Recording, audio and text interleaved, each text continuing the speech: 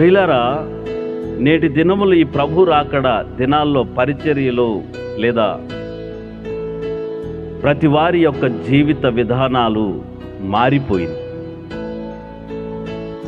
ఎక్కడ పడితే అక్కడ క్రోధాలు, కక్షలు, భేదాలు, కామకత్వపుకు సంబంధించినటువంటి వ్యవహారాలు ఇవన్నీ విస్తరించబడతా ఉన్నాయి. ఆ వర్గానికి సంబంధించినది మా వర్గము కాదని, వారు వేరు మేము వేరు, విభేదాలు వచ్చేసినాయి. ప్రియులారా, యేసు ప్రభుల వారు ఆత్మానుసారముగా నడవండి అని చెప్పాడు.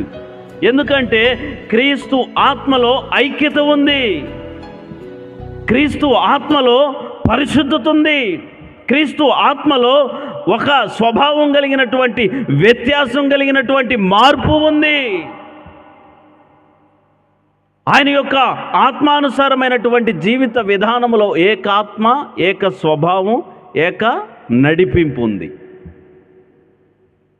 విభేదాల పరిచర్య లేదు, విభేదాల కుటుంబాలు లేవు, విభేదాల గ్రామాలు లేవు. ఆయన తండ్రి రాజ్యములో ఏవండి, ఆయన అంటాడు, శరీరం ఆయన అయితే అవయవాలన్నీ మనమే అవయవాలుగా ఉన్నాం.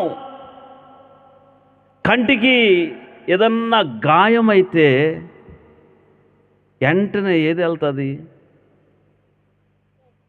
కంటికి ఏదన్నా పురుగో నలుసో ఏదన్నా పడింది దానికి ఏది వెళ్తుందండి?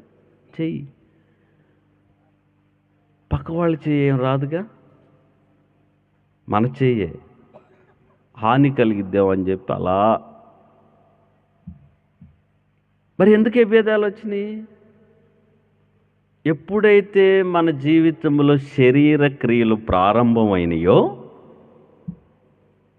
ఎప్పుడైతే మనలో అసూయలు ప్రారంభమైనయో, ఎప్పుడైతే మనలో ఉద్రేకాలు, ద్వేషాలు, అహంకారాలు, కోపాలు ఇవన్నీ వచ్చినాయో ఆత్మానుసారమైన జీవితం వెళ్ళిపోయింది.